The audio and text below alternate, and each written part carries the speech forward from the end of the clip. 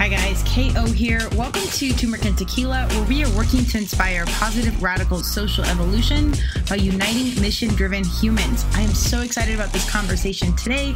I am welcoming the founder of Tempo Granola, Beverly Karns. She is an on-the-go mom, professor, entrepreneur, yogi, fitness instructor, and so many other things. Tempo Granola is my new favorite. It's vegan, dairy-free, gluten-free, made from non-GMO ingredients and organic oats for optimal, clean snacking.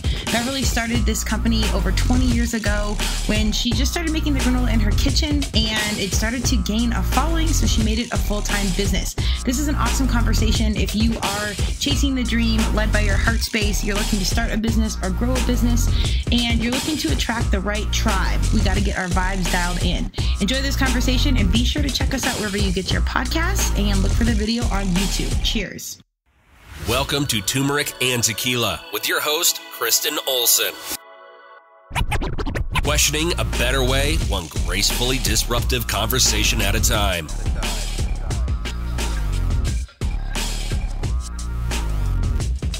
Good morning and happy day. Welcome to Turmeric and Tequila. I am so excited. We have a Colorado-based founder of a consumer packaged good that I'm a super fan of. You know, we are super picky on who we bring on from the business world on Turmeric and Tequila. So I'm super excited about this conversation. We are welcoming Beverly Karns to the T&T mic. She's an on-the-go mom, a professor, an entrepreneur, a yogi, a fitness instructor, and so much more. She is the founder of Tempo Granola, which is a vegan, dairy-free, gluten-free, made from non-GMO ingredients and organic oats for optimal, clean snacking. Beverly started making her oats over 20 years ago, and as the requests started to come in, she made it her business to make better granola and make it available to as many people as possible. I'm really excited. If you know Turmeric and Tequila, we're all here about balance, and this is Beverly's mission. So you know the universe is aligning us strategically. So my mission is to inspire a healthy body, inquisitive mind, and bold spirit fueled by food consisting of natural ingredients we all grew up with. Join me to spread awareness that balance is the key to healthy living. So there you go with balance. Beverly, welcome to Turmeric and Tequila. Oh, thank you so much. I'm so happy to be with you today. Beverly and I met through a connect of a connect. And if you listen to the show, you know, those are my favorite things because friends of friends are friends. So I think our very first conversation was well over, I don't know, an hour and a half, 2 hours.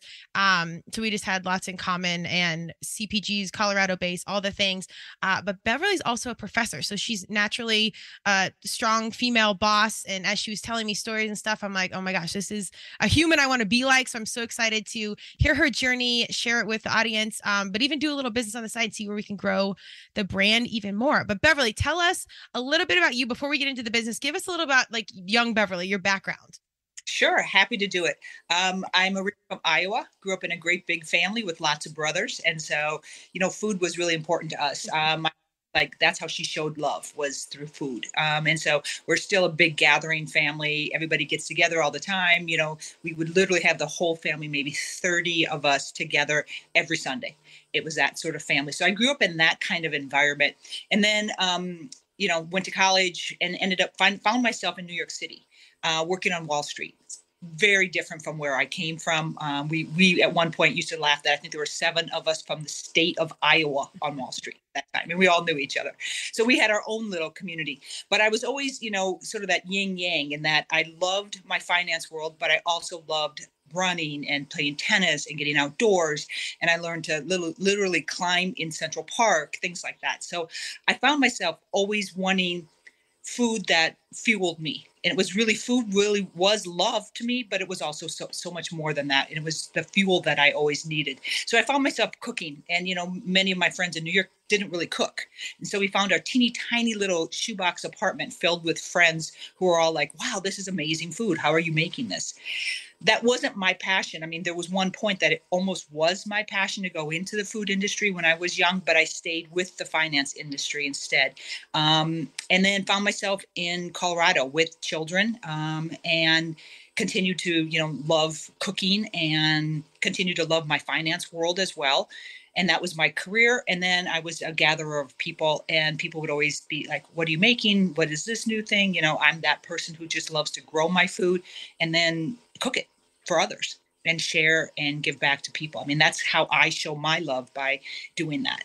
And so as a result, I ended up making granola often for the kids who were in busy activities, whether it was sports or music or wherever they were always looking for some healthy snack. And it's, as a mom on the go who was a working mom, I needed a lot of portable things. And so I would find myself putting granola in little bags and Ziplocking these bags for the kids. And they'd come back and it would be always the clusters that they ate, with the big pieces of nuts and the big pieces of fruit and so forth. And so I got to thinking, well, why can't I make that just that? And that's how Tempo kind of came about, by making first the clusters that you could just eat on the go, that were healthy. Because unfortunately, granola is not the healthiest of foods any longer. It's very, very sugary. And so, so the goal was to put as much protein in it as there was sugar. So we have sort of a 1-to-1 protein to sugar ratio. So that was where the whole thought process came about.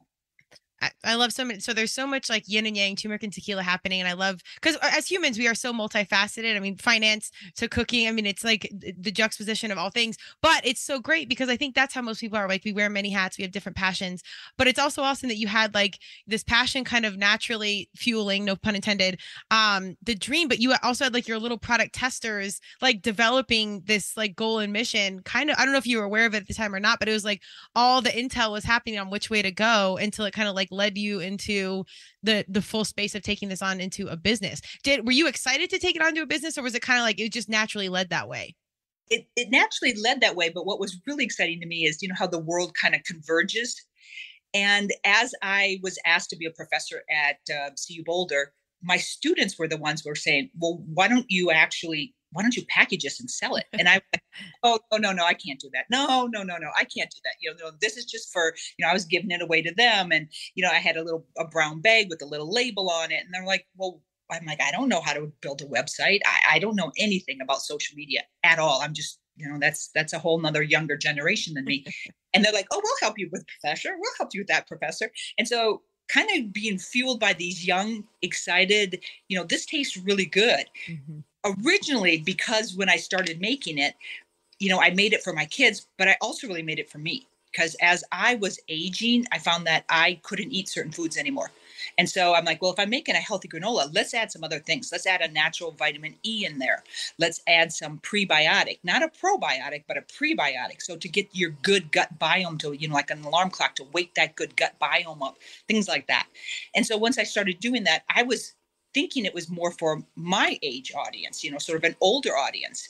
And then it was both my students as well as my own kids who are saying, Mom, we want clean food too. We want healthy food too. We want food that we can read literally every ingredient on the back of my package. You actually know what it is. And so, there were no preservatives and horrible things that most granolas are full of. And I'm like, well, if I'm making clean granola, everybody can have it. So it was great that my students and my own kids sort of helped me, kind of push me into what the CPG industry is really about. Because it's very much changed, as you know, with COVID. And it was a very sort of like, this is what you did and this is how you did it. So, well, now it's like wide open. You know what? You can build your company the way you want to build your company. You don't have to follow up whatsoever. And there's some super successful CPG companies that you don't find in your local, King Super grocery store or whatever, because they chose it. So I think that's what sort of turned me on of, hey, I don't have to do it necessarily the traditional way.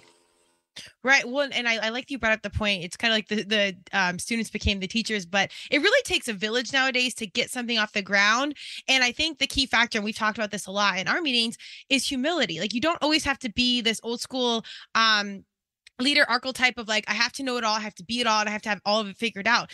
I think you can be good at one thing and then build your team accordingly and let them do the other things that they're good at. And that doesn't show weakness in your leadership or brand or anything else. It's actually strength.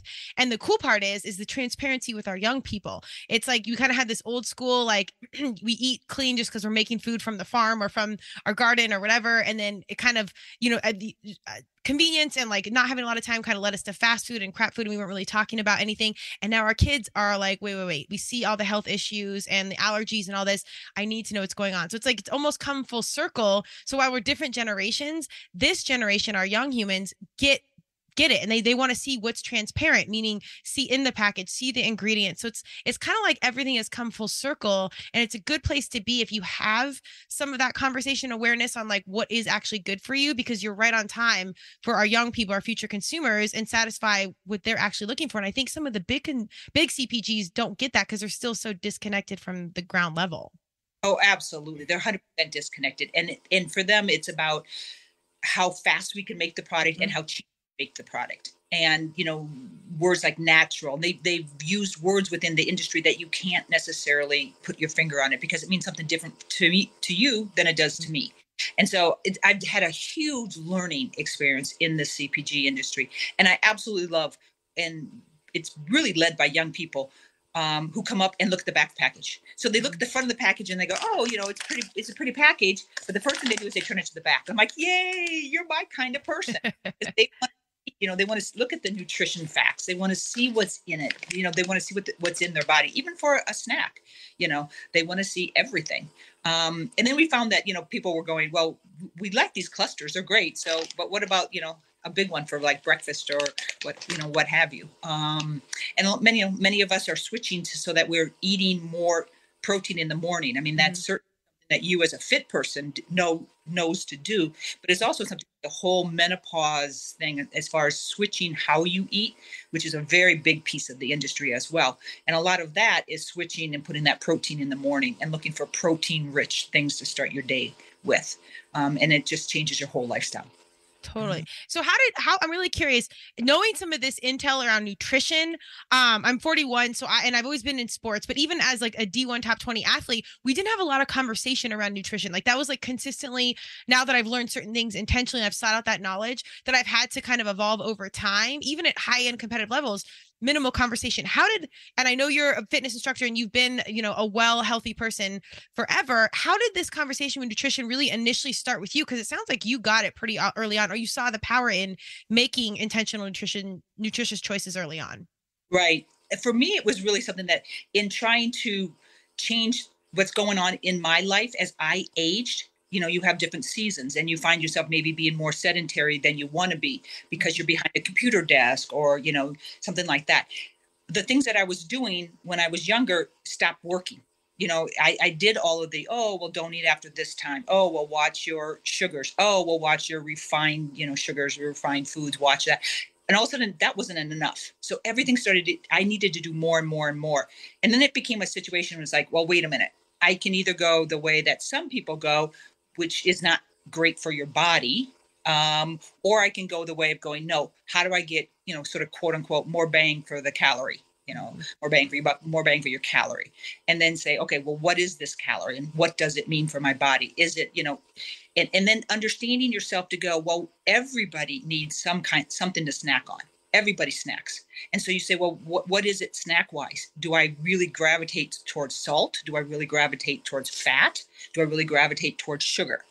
And understanding that in balance and saying, okay, everything in moderation is okay. I once lived with a nutritionist who was super athletic gal, and she literally would eat anything. And I said, I can't believe you eat everything. And she goes, everything. It's about doing it in moderation and in combination.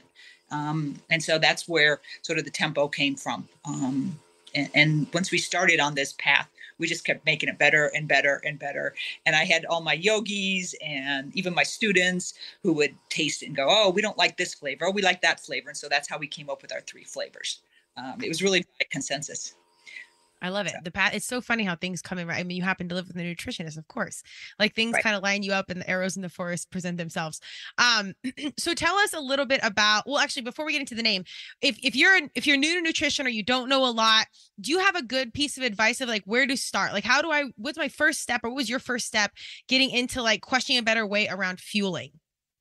The best thing you can do, and everybody hates doing it, and I'm included there, is to write down what you eat. Mm-hmm. The reason is it really makes you understand what you eat, and don't cheat yourself. Don't lie. If you eat, a handful of chocolate covered almonds, perfect. Put them down, and really understand what you eat. And then the timing of when you eat, because we all have some kind of circadian rhythm that says we're hungry at these different times. I mean, we used to laugh because my mom, coming from a big family, we'd get done with the dishes for lunch and she'd be planning on what you're making for dinner. There's nothing much eat at these certain times, and when you start understanding that and breaking that cycle, and you as an athlete probably know that because you probably do some really early morning workouts, and do you feel before or do you go there with an empty stomach? It'll affect your workout. And start figuring out what works for you. And your body is very different than everybody else's body. I mean, I say this all the time, but I will break my own rule, which is I always go to yoga on an empty stomach. Why? Because that works for my body. If I don't, man, my balance is off. That's what works best for me. Now, my other yoga instructor friend, she's like, I can't even teach if I don't have a big breakfast. So our bodies are very different in the way in which that, we work. So it really is understanding what your body needs, but first write down what it is and then make tiny little changes instead of these big sweeping changes. I think that's where we all fail, is because we make these big sweeping changes. We say, I'm going to not do these 5 things. Well, those 5 things just prove to be too hard. So maybe just don't do that one thing, just that one thing, whatever that one thing might be. Maybe you really love fast food. Maybe you're a fast food person. You know what?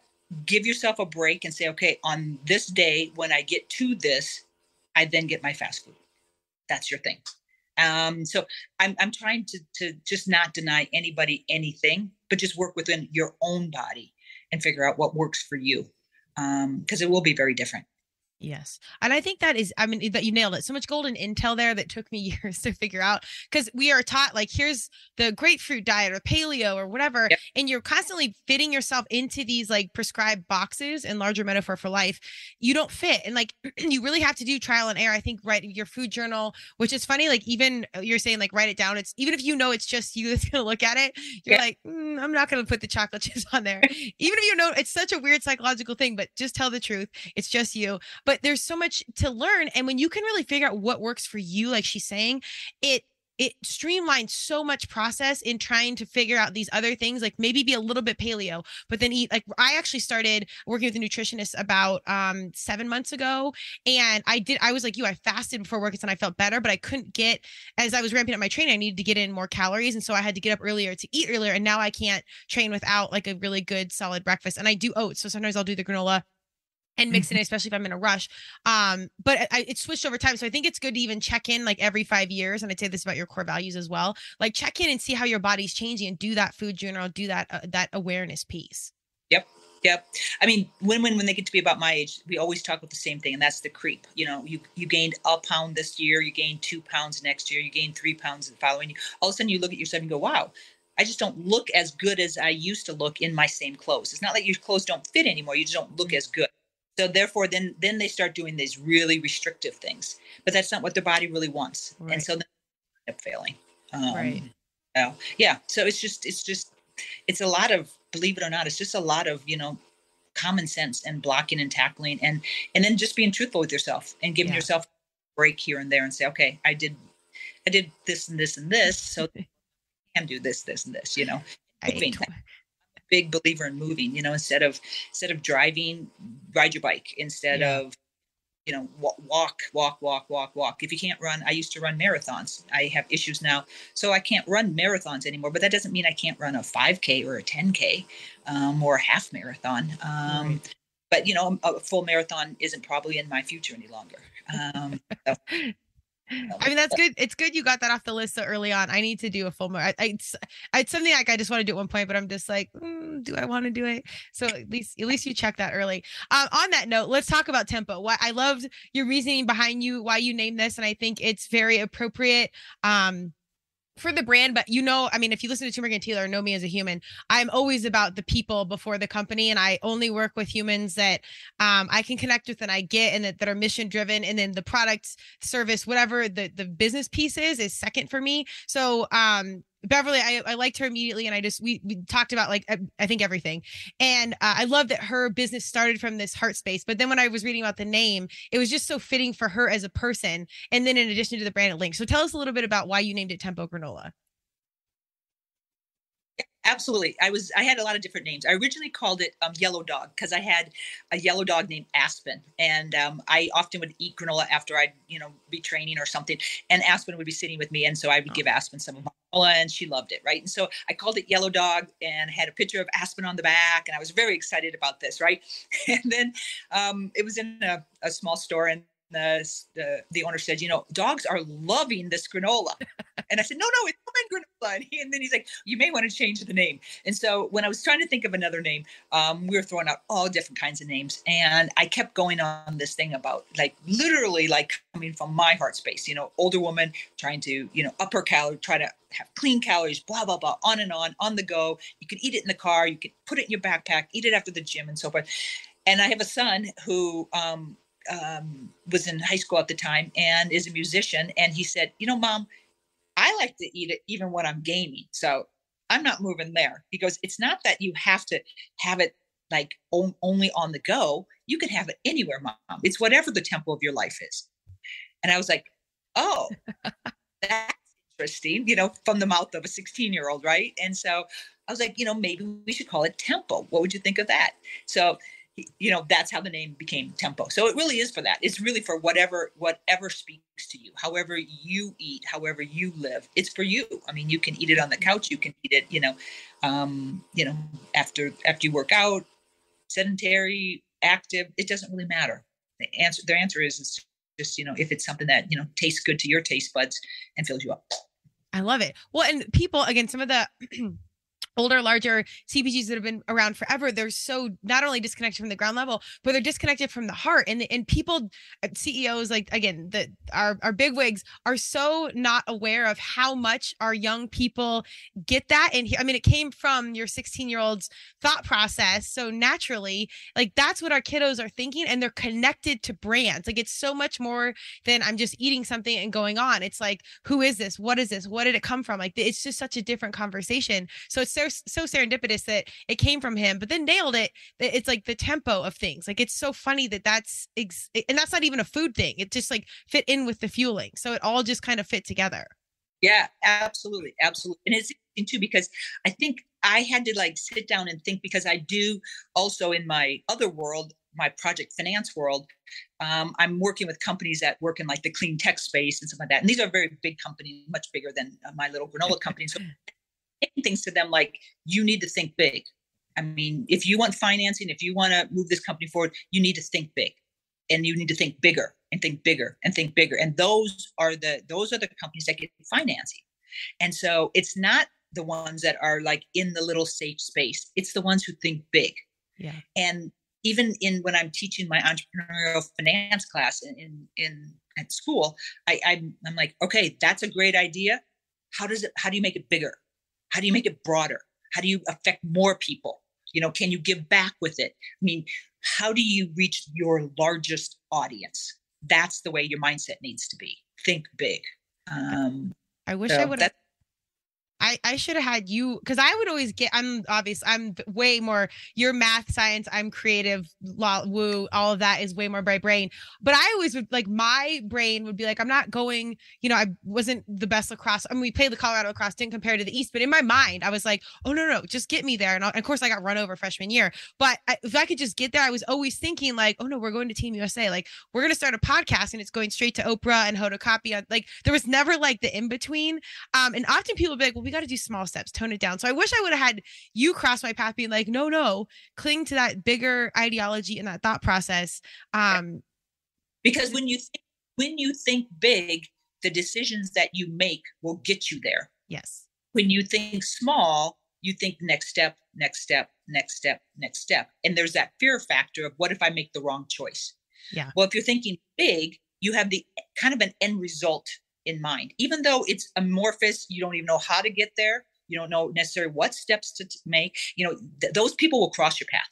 You will find, and that's why at first I was I can't make a food product. I'm not a nutritionist. I don't come from the food industry. Most small CPG companies, when you talk to them, they've all worked at some kind of food something company. Mm-hmm. And I never had that. I've only had a finance background. And so I bring something completely different to the table, but you find partners. Yes. And that's sort of a little bit older, is that the partners that you find are super important. Mm-hmm. Super. And those partners, and I'm very committed to only working with certain partners, those partners will get you to that next step. Yes.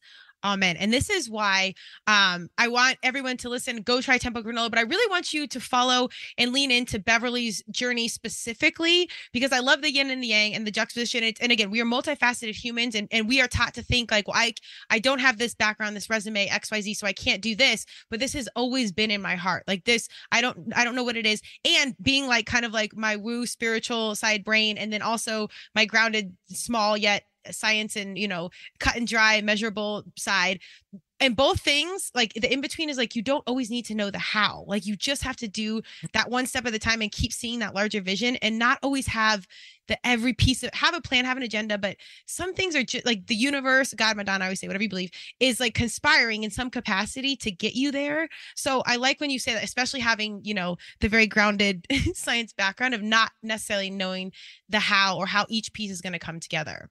Oh, absolutely. And when I work with CEOs, they'll always say, well, how do I get this? I'm like, we'll figure it out. Yes. Like, don't worry about it. We'll figure it out. Your job's to worry about this. We'll worry about this. And so people will cross your path and people will guide you. And I think one thing too, that we very much, just a mantra that I live by is, my mom used to say, if you do something, do it with all your might. Things done by half are never done right. And we literally, even at her funeral, would say this, because all of us have heard it our whole lives, all of us kids. And that's really true. So whatever you do, just do it to your fullest. Just do it to your fullest, whatever that is. And then the next thing will come. I mean, it's a little hard when you're a young person to understand that. And it's, for some people, that makes them very nervous. For other people, that makes them very comforted. I mean, I have two different children that, for one, that would make them very nervous, and for another one, that's music to her ears. Yeah. And I often say, because my whole career was not a thing when I was in high school. I know that lacrosse was an option until I realized there was competitive teams out east, because Colorado was so small. And then got into marketing, branding, didn't know I was going to do that. And then Instagram took off, so it was kind of like some of this stuff wasn't even a thing yet. So I couldn't even stress out about what I was going to do, which I am very like, we'll figure it out. Like I'm comfortable with that zone. Like very hard structured things make me nervous. So kind of just going with it has worked in my favor. And now the landscape, everything is changing so fast. You almost have to be on the non-planned plan, because opportunity you didn't even expect is coming through. And it's not a lack of like, just don't do anything, don't show up. You still have to be committed and show up and do the hard work, but you just have to be aware. It's almost like what you were saying about nutrition. It's this continuous awareness of, how am I changing? How's the landscape changing? How's the product changing? And you're constantly like on this wheel moving with what's coming in. Yep, absolutely. And say yes to everything. I tell my students that at the beginning, because I often tell them, they're on this plan. You were on a plan. You were really good in lacrosse. And so you probably won lots of stuff here in Colorado in lacrosse. You got a bigger platform because you were so good at what you did. So that bigger platform came with a whole bunch of unknowns, right? But you said yes to it. You just leaned into it and said yes. So that's what I tell my students. I'm like, just in the beginning, just say yes. Just get a job, because we sort of our kids, you do this, and then you do this, and then you do this, and then you get into a good school, and then you do this, and then kind of when they graduate from college, we're like, okay, you're big people now. Now you should know what you want in your life. And percent of people don't, and so then from there, they're like, well, what happens? From my perspective, it's like, just say yes to everything. Just say yes and find a mentor. Those are the two things. Those are the only two things you need to think about. And it could be mentors, many mentors. But I said, just say yes.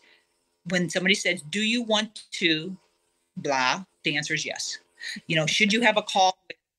Answer the call as yes. I mean, and then keep leaning into that. Yes, saying yes and looking for mentors, because they will guide you. Other people will see in you what you don't see in yourself. And that people saw that with you, Kristen, right? Other people are like, oh, wow, you're really great in sports, but you could be really great in this area too. That you like, really? Because people see in you that you might not even see in yourself. Or if you see it, you go, oh, no, I can't do that. No one's ever said that to me. Well, if you lean into it, and the mentors are the ones that basically give you the encouragement that, what you're doing is right. Just keep doing it. Just keep doing more of it. Just keep doing more and believe in yourself. Amen. So. I think that is such a huge golden nugget right there, is people seeing what you don't see about yourself. And that continues to happen. Just like you were saying with your students being like, we can help you else do this. It's like, so it can come from unlikely places, but if you have that awareness, like I always say, arrows in the forest pointing you in the right direction. You just kind of have to like see it and receive it. I was never good at like, oh, well, you can do this. I'm like, no, no, no. I'm an athlete. This is what I do. I mean, I was smart, but like my brothers they were the smart kids and I did this. And so we cling to these like narratives and these stories. And it's so great if there's people, especially people you can really look up to and respect, like Beverly, that are telling you stuff, receive it. Like, even if you can't fully receive it, hear it as much as you can, and then lean in just a little bit. That took me a lot of time to really, to drink in and grasp. Yeah, it was some stuff. Cause I mean, you just, like you said, you grow up and you kind of have this trajectory as non-plan as I was. But then like being a creative, stuff that I just didn't think about that was there all along. Like, it had to hit me square in the head before I was like, oh, I do love doing this. Actually, you're right. Did you have an awakening like that at any point through the granola or finance or anything where it's like, oh, this is where I need to pivot? Yeah, I mean, I did have several mentors that, when I first started on Wall Street, again, I was an accidental Wall Streeter. Most people to Wall Street, they like have this is what I want to do my whole life and kind of thing. I mean, I was an accidental Wall Streeter in that I happen to be in the tech industry, automating a trading floor. And they're like, you're really fun. You want to come work with us? And I said, hold that thought, because we just travel around the world. So we put backpacks on our backs in 1991. You guys probably were hardly born. And, we traveled around the world, which Americans just don't do. And so we traveled all over and had a great time for 12 months and then sort of went back and went, okay, now what do we do? And so I just remembered that someone had said, hey, you're really fun. Do you want to come work with us? So I called up that person, said, I'm back. Can I come work with you? Kind of thing. And then they slotted me into where they felt I would be best, most successful. And so it was just trusting people. One of them was my mentor for many, many years. And so, so it definitely works. And it's working today too. I mean, my 25-year-old had a conversation. Somebody put her together with somebody, and she got off the phone and she says, I didn't think I was interviewing for a job, but the guy said, I'd really like to work with you. Oh, and she jobs, and it's a definite big step up for her, and she's very happy, and it's all working well. So it's that kind of thing. So just make those relationships, use your network, and not have too much of a plan. Just be open to everything. Be open to what the universe is sending to you. Yes. Well, and I think, like you just said, be a good person. And that's so cliche. And you got to be authentic. Like, if you're in a bad mood, whatever. But like, usually if you just bring good energy, like the business base is like, people want to work with people they know, like, and trust. And that's still true to this day. Like, and it's more true today. Like, if you really don't like someone, you don't like the vibe or the energy, and it's just not a fit, people won't do it. And our young people have no time for it, because a lot of them don't care about making millions of dollars or having like the Escalade with the rims or all the things that I saw like in music videos that I wanted. I was lured by like the money, which that was never really my vibe, but all that, they don't care. So if like there's not like some genuine connection, it's a miss. But if you can show up and like, oh, you're really fun, apart from being, it's Wall Street and all these people have dreamed of this job, but like, we love your resume, but we're going to go with the fun person we actually know, like, and trust. That says so much. And I think that is truer than ever today.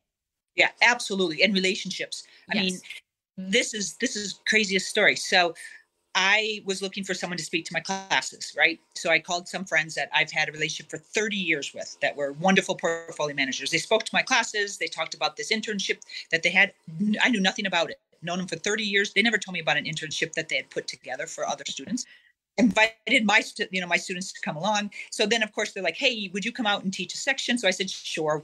One good deed, turns another. So I go out to Chicago. They then have a barbecue. I'm talking to these people. Long story short, I don't know, 3 weeks later, somebody calls me who was a friend of someone at the barbecue that said, I would like to distribute your product. I ate it at one person's house, and so told me about it at another person's house. Had nothing to do. I mean, I had nothing to do with Tempo. I brought no granola out there, nothing. But if you just keep those relationships, and you just don't know their environment, who they're, in contact with, and so forth. I would never have guessed that they would know somebody who wants to distribute healthy granola. Yes. And that's not even the hard sale. You just showed up as your authentic self, and it kind of worked out. And these are like really hard spaces to break into. Usually you have to know someone, not even on the personal level, but like know someone who knows someone that knows a product broker, and then you take them out to a basketball game and buy them dinner. Like, some of this is just like, it's really hard to begin. So when it authentically happens, number one, you're on path. Number two, you didn't have to do anything, and it's not like slimy sales, like aggressive. It's just totally authentic. Right, exactly. And then when we started talking about all the people that we kind of knew together, I'm like, oh my goodness, the world is. I mean, this is this has to work out. Period. End of statement. But it also gives you the ability to say, okay, I trust you with my product now. Because, again, I look at my company through a finance eye. So the eye that I'm looking at it through is numbers and so forth. And that's the thing with the small CPG companies is they have no power. And so I was speaking recently and I'm like, I think it would be great to put a bunch of small CPG companies together in a bunch of different areas and have a whole fund of them, because we're all doing the exact same thing. We have different products, but we're all doing the exact same thing. Yes. So why don't we get some power? Why don't we collectively come together and take some power away from some of the other people who, we're takers of what price they want us to sell our product at. Yes. Anyway, so we'll see. Again, thinking bigger. Yeah, graceful disruption all the way. And so let's lean into that. This is another reason I'm really excited. I'm encouraging Beverly. And if you know any of the business I do, I'm always encouraging my varsity humans to get more on the mic, get more on the front of the camera, get on social media, like get out there in it. And it's always hard for myself included to step into it because it does feel myopic. But if as you hear her speak and there's so much ethos there and credibility and experience. And for all the, my naked influencers out there that have millions of followers, no shade to them. That's great. You can follow them too. But if you can get some value and some real intel from a source that you can know, like, and trust, it's amazing. And then I want my influencers to lean in and feel that and be like, oh, okay, I do have a lot of value. Like, let's do this. So I'm excited for Beverly to share more of her journey, not only just about Tempo Granola, but the business side. One thing we talked about initially was she'd seen all these CPGs going, with her boots on the ground with her husband at the farmer's market. I saw it myself and it was such a wonderful thing because some people, hire people to do that, but there's so much intel and like you've seen those transactions. But she saw this common thread of like businesses coming and going at the farmer's market. And we talked about how much the business side is not talked about in these small business arenas. It was like passion for the product or service, but we don't know the business. Beverly, give us a little bit of the background of what you've seen and what are like some common mistakes that these small businesses that you can share if anyone that's listening that wants to start something and wants to get in, but like really wants to know about the business side. Yeah, absolutely. Happy to do it. Because this is sort of where another passion of mine lies too, is, sort of giving back. Because the finance industry is an industry unto itself. I mean, we use words that you don't use in any other industry that you're like, what does that mean? What does that mean? So your first conversation usually is with people is literally just educating them on what words mean in the industry and in the way in which margins are calculated and things like that. I'm like, they're doing that all backwards. And so, it is an industry that's a very unique industry. But some of the big classic mistakes that people make is, first of all, you have to really be careful on looking at what your product cost. A lot of people just look at what their ingredients cost. I'm like, no, your whole total product cost. So what does this bag cost? What does it cost to manufacture this bag? What does it cost to distribute this bag? What about the box that this bag goes in that, you ship off to, let's say, a grocery store? So understanding your entire cost structure and then understanding what are the expensive parts of your cost structure. Is it, let's say, hand done? Labor is a huge piece of that, and labor's going up. So, and what are the costs that you have no control over, which is most of your costs, right? Yeah. But do have some control over, can you drive those costs down? Does it make more sense if you have something that has let's say 2-year shelf stability to buy that in a bigger quantity than buy it in a small quantity? Understanding where your costs are and then where your levers are to take those costs down.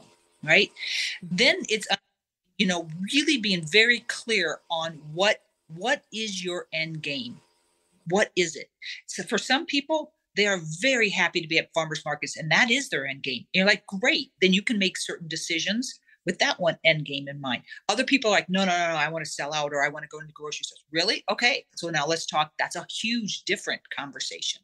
So understanding sort of what your end game is and understanding that your end game doesn't necessarily have to happen tomorrow or 5 years down the road. It can morph and change. But then to say, okay, if whatever your end game is, how are you going to get there? I use this analogy all the time. It's like MapQuest, right? You pick where you want to go to, and then you have 5 different ways to get there. All good, all good. But you might want to do highway driving. You might want to do city driving. That's the same thing with your company. Find out what really feeds your soul. I think that's what happens with a lot of the small CPG companies is that they go, this fed my soul up to a point, and now it feels really corporate-y and it's not feeding my. Then morph it or change or understand that if that is your end game, this is what you're going to have to path you're going to have to get through, and understanding how you can best get through that. There's so many different outlets. It used to be one way, and it's just not that way anymore. Right. The other thing I tell people all the time, being a finance instructor as well as a small company owner, is don't listen to Shark Tank. Don't take Shark plan. What they're doing, there's some good to it, but there's definitely some other things that, is not the way to grow every single business. Yeah. So I even tell this to some of the project finance people that we work with. I said, be careful about taking too much money. Everybody thinks you need a whole lot of money. Be very, very careful about doing that. Why? Because that will force your growth, and that may force you to make decisions that you don't want to be making, because you have to service. Usually you get debt, so therefore you have to service that debt, i.e. pay it back. So you've got to make X amount of revenue every single month to do that. So just be careful about taking too much money. Kind of understand how much money you need. Yeah. And then you're always money. So instead of taking a ton of money from one person or one entity, let's say, try to bootstrap as long as possible. I have people all the time saying, we'd like to invest in you. And I said, that's great. Wait until I want to be invested in. Yeah. Wait until I want to be invested in. I'm going to put you down there. You are one of my first calls, but if you take that money, you owe them something. So be very careful about, I don't want to have to owe anybody anything until I can guarantee that I have revenues to cover that. And that's where Shark Tank gets you a little over your skis and will put you out of business. I mean, and that's also something that some of the larger corporations will do. I mean, I've said no to a couple projects with very large corporations because I said, it's too expensive. You're going to put me out of business. You're not going to propel me into business. You're going to propel me into the ground. You're going to drive me into the ground. So be very careful on people who are offering you things. That's hard too, to walk away from money. This is a very reaching point, but this is my creative brain. One of the reasons I'm a huge fan of Madonna is way back in the day, I think this was early 90s, late 80s, Pepsi was one of her sponsors, and she wanted to do this Pepsi commercial with like a prayer, and it was the burning cross, and she was being Madonna, and Pepsi was like, no, and it was $5 million. And she said, okay, bye. And it was, again, reaching example, but like saying no to money and thinking that more is more and separating yourself from that is so hard. And very few people, when that dollar sign and that check's in front of you, can walk away and say no and trust your gut, trust your product, trust your instincts. Like, that's hard. I mean, thankfully we have Beverly formally guiding us here, but it's really hard to walk away from those zeros and that check. And it's hard to know that that's going to cost you long run, and your baby and your creation and your soul, your everything you represent, for that quick paycheck. That's not an easy thing to walk away from. Right. No, I agree 100%, particularly if you're paying the mortgage with that money. Yes. Right.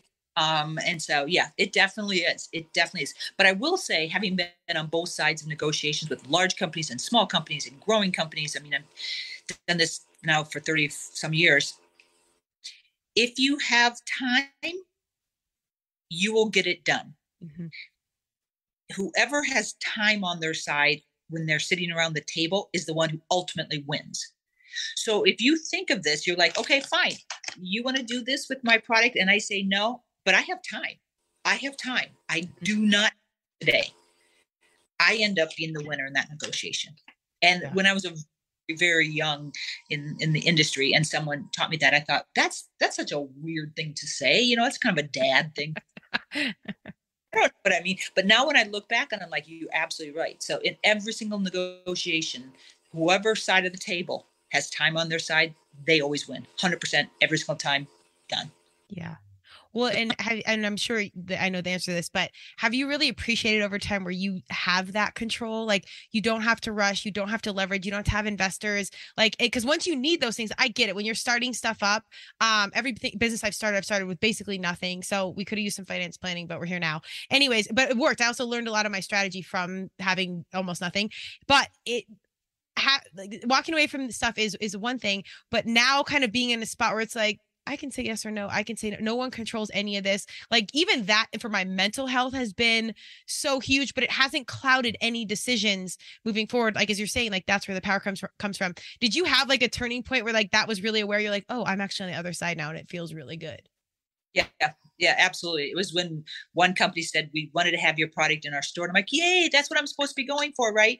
And then they said, oh, and by the way, each store, please put $25,000 in your budget for marketing. And I said, what do I get for that marketing? And they said, well, you have it in the budget. And I'm like, do I get like prime shelf space? Do you get a Tempo Granola day? I mean, what am I getting for that? And they looked at me like no one had ever asked a question. And I was like, you're not for me. I'm not for you. We're going to have other issues down the road, but I'm like, there's no way I'm going to go out and raise that kind of money to do that kind of launch that you want me to do when I'm still unproven. Yeah. Well, and there's no strategy there. That's not proven. Like it's such an exciting time right now to be in the position you're in, have this heartfelt space product right there. But like the whole landscape of the world is changing. Like I can go spend $25,000 on Facebook ads and it'll probably be more effective than whatever their situation is. And I don't even know what it is, but like, it's like, we are at the precipice of so many things changing and like evolving. And it's you're in a phenomenal spot to like have that time, have the intel, have the experience, have the heart, like, and do it your own way and find, different team members. Like it's a really cool, disruptive space to be in right now. Do you have good words of advice, whether it's CPG or any sort of entrepreneur starting out, alongside knowing the business side, but like what would be like a good piece of like, before you do anything, you've got this idea, you want to step into the world, what would you suggest people do? I would first suggest giving it to all your friends and letting everybody poke a hole in it. Tell me why you would not buy this, whatever this is. Tell me why you would not use this app. Tell me why you wouldn't, is it like something else? So get that intel. Get as much intel as you can for as long as you can from as many people. And that's hard because when you have an idea, you just want to go, that idea, it is this, and you want to start arguing why, no, it won't work. Or, no, but it's great intel, and write it down because you're going to be coming back to that over and over and over and over. Because when you are selling anything, you're going to come up to no, and you want to have answers for that.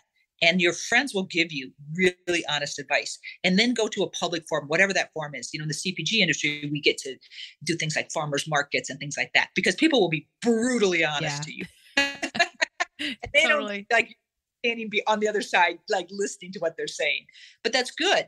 And then ask them why, if they don't like your product, why, what about it don't you like? I've had people tell me, oh, it's not sweet enough.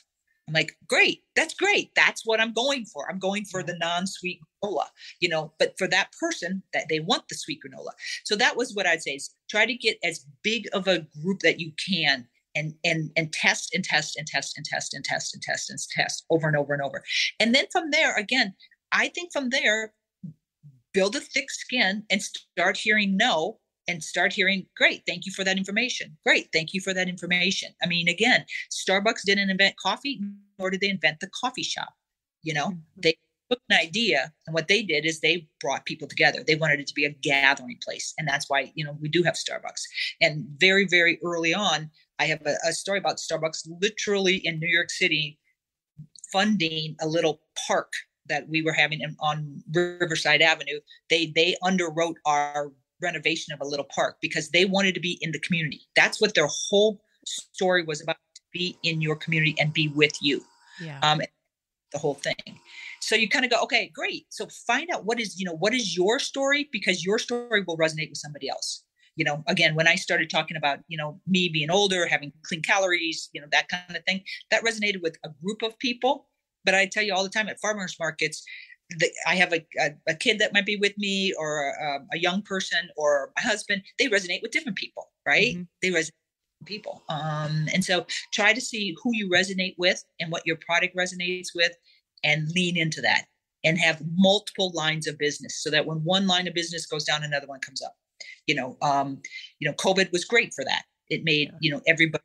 Now we all order online. And so I have all these online places as well. So just have as many lines of business as you possibly can, so that when one goes down, the other one goes up. Or you might say, okay, now I can easily morph into this, that had I not done this, I couldn't have even morphed into this. I didn't even know this existed. I mean, there's so many new things coming out in the food industry and new creative people giving you other platforms to use. Yeah. That's, sort of all part of it, get out of your comfort zone and just say yes to everything. Yeah. Well, and this is about business, but these are all good things for life. This is all stuff that you can lean into as a human. And the key thing is, and why I'm so excited about to be where we are right now in the world, in our personal and business journeys, is everything is about humanizing the brand. Like everything, like your brand, you as a human, I don't love calling us brands, but everything that's there, like our unique little idiosyncrasies that we do, and like our little competitive edges that we bring to the table we're not even aware of. And then you put that in your product, service, agenda, personality, whatever. That's the goal. And like we are in the time now where people are actually understanding that and appreciating it. And that's all that you really need. Right. Absolutely. 100%. 100%. I agree with that. Absolutely. And I think too, if you know you have a good product, you don't need everyone behind you, right? You just don't. You need those people. You will attract those people who you're trying to attract, even if you're not trying to attract them. I find that even with teaching, I'm not a teacher. I don't have a teaching certificate. So when I was asked to teach a class at the university level, I said, well, I mean, I can teach a corporate finance class because I know how to do that. But I don't know how to teach. And they all started laughing. They're like, oh, you'll learn how to, they teach. So I just went in and I had slides and so forth. I had concepts that I was, imparting and so forth. But then I would say, oh, here's where I use that. And that's what the students resonated with. So over the years, I have figured out that, probably my gift in teaching I'm never going to write a book on how to teach corporate finance, but they're going to hear about the stories in this deal we did and this mistake we made with this deal and this we didn't think about with this deal. And we worked on this deal and then this happened. And believe it or not, a lot of times human nature comes in and things, don't work out because of human nature. And, somebody didn't like somebody else. And so it just didn't work. And you go, what, in business? It's that stuff. And that's the stuff students that I think they actually really resonate with the most, is that human side of it. And at least that's the feedback that I get. Yeah. So. Oh, that would have been gold for me. Like, I don't watch I'm not really big on like fantasy, like Game of Thrones or like any of the Marvel, whatever, but I'm a documentaries nerd. Like I know anything that actually happened is my jam. And if I read like how to be a good lacrosse player out of encyclopedia and thought like, I don't learn any of that. But if you tell me like a real story about a human that did this successfully, I will remember all of it. And I'm big on associations, just learning how my brain literally works. And it will stick forever. But if it's just so like out of a textbook and this is how you do this, that just doesn't work. So you are 100% a teacher. I'm sad that I didn't have you earlier in the journey, but all things are on time. But I couldn't agree more that I think that human experience is amazing. And how awesome is that you have this giant wealth of all of these crazy experiences that you can like interlay into your business and into your teachings. Yeah, absolutely. And I think too, if you meet people where they are, that's what they're looking for. We're all looking for human connection, right? That Starbucks hit on human connection. So we're all looking for human connection. So if you can meet people where they are and then admit that you don't know everything. I mean, I say that all the time. I mean, people will come up to me and want to debate, what oil is better. And I'd love to have those conversations because I learn from them. And I start saying, oh, why you think I should do this? Tell me why you think I should do that, And then I go back to my nutritionist people and I'm like, what do you think? And they're like, absolutely not. So it's great. It's great for me to then, because it makes my learning experience more rich. And I think also people want to connect, and, and if people spend more than 5 minutes talking about granola, they typically buy it. If I can get students to, engage, and a lot of times with engaging, it's just asking, it's just asking them, and everybody has an opinion on something. So I always start out my classes with something that's very easy, like, hey, did you see this is going on in the industry? Why do you think that is? I'm like, hey, anybody pay more for gas these days? What's going on? Pays more for gas. And so then it just will open that student up who might not be a finance student to start talking inflation and whatnot. If I started with those words, their mind would just turn off. Yeah. So it's meeting them where they are. And so that's, I think that's a really good lesson to learn. And I think if you can do that, even in the CPG or with any company, if you can meet your end customer where they are, they're going to buy. Yeah. They just are, and if you're authentic and true, and if it comes from the heart, people resonate with that. People resonate with that. I mean, it used to be they call it the likability factor. It's really not necessarily that you like me. It's just that if you have enough experiences in life and we can connect on something, then we're drawn to each other. Yeah. We're drawn to each other. In a statement. And that's how I'm running the business. That's how I'm only working with people I like. I'm only working with people that I'm drawn to. I have a heart space for female entrepreneurs. And so if I get to choose, I'm going to choose a female entrepreneur. And if I get to choose somebody, I'm going to give somebody who gives back. I mean, service, I grew up with service. I mean, that was kind of our whole life was service. Whether it was the Girl Scout. So, we did service. And so I love giving back. I love giving back to Denver, the community fridge. I support a child backpack policy where they put snacks in backpacks for, underprivileged kids. I've been with the Gathering Place. So I think if you have that sort of heart to serve, you get it back 10 times over. Absolutely. 10 times over. Yeah. So. I think that the vibe attracts the tribe, however you put it out. And it's, again, these aren't like hard measurables. So sometimes I think that's hard for people to grasp, but I do think if you're just putting good out, good comes back. And that's when that can alleviate some of the ideas of having to know the how stuff's going to happen. If you can just find a way to give or contribute in some capacity, it kicks back. We'll wrap up here in a few minutes, but I really want to know, just because I'm recording, we're putting it into universe. What are you most excited about this brand and this initiative doing, apart from selling out or getting big or being everywhere? Like, what is the most exciting piece of this journey that you're looking forward to or enjoying or working towards? For me, it's gathering. I love gathering people, and when you have your life, like you have your tribe, like if it's your CrossFit tribe or whatever, as you go through different chapters of your life, your tribes change. And what I love about this is that for the last quite a few years, my tribes were primarily who my kids were surrounded with, the sports and the athletics and the other things. This is truly just my tribe. And it's so fun. It's just so fun because there's so many people, young, old, females, males, come from, one spectrum of the world and another spectrum of the world. And it's just bringing that tribe together. So that's what I love. I love the connection of it all. And I love the intention of it all. Like I always say, you can do anything you want, just know why you're doing it. There are know why you're doing something. And if you know why you're doing something, then it's the right decision. Yeah. So that's what this is my intentional tribe that I am gathering. And it's fun. And so, have fun all day, right? Yeah, I love it. And what does our world need right now? We need connection. We need, giving back and warm vibes and all the cliche things, but that's what we need. And if you can do that through a business or do that through your initiative or giving back or whatever, I mean, that's just good energy for everyone like that. And our world just needs that on so many levels right now. So it's so much bigger than granola or women in business or anything like that. Like the ripple effect from just positive energy and community is huge. So Beverly is such a phenomenal example of being a leader in that space. So I hope if you're listening and you're thinking about building a community or following a passion, you can see and recognize, have that awareness of the ripple effect of all of the positive that's coming off this thing that you're passionate about. Beverly, I have a million more questions, but I'm excited to further highlight your journey. Please check out Tempo Granola social. Do you want to hit us with the website or links or anything else that you want to share? Yep, it's at tempoeats, EATS.com. So everything's there. Our Instagram, our website. We'd love to hear from you. We'd love to collaborate with you. I mean, I just love all your positive energy. You're great. You're wonderful, wonderful, wonderful people. Well, thank you so much. I obviously look forward to future conversations, but I appreciate you coming and sharing your journey on this podcast.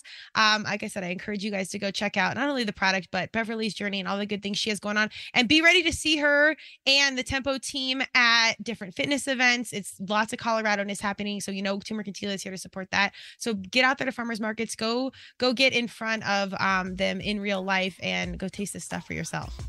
Yeah. And best of luck to all the CrossFitters this weekend. Yes, thank you. Thank you, Beverly. I appreciate it. Thanks. Have a wonderful day.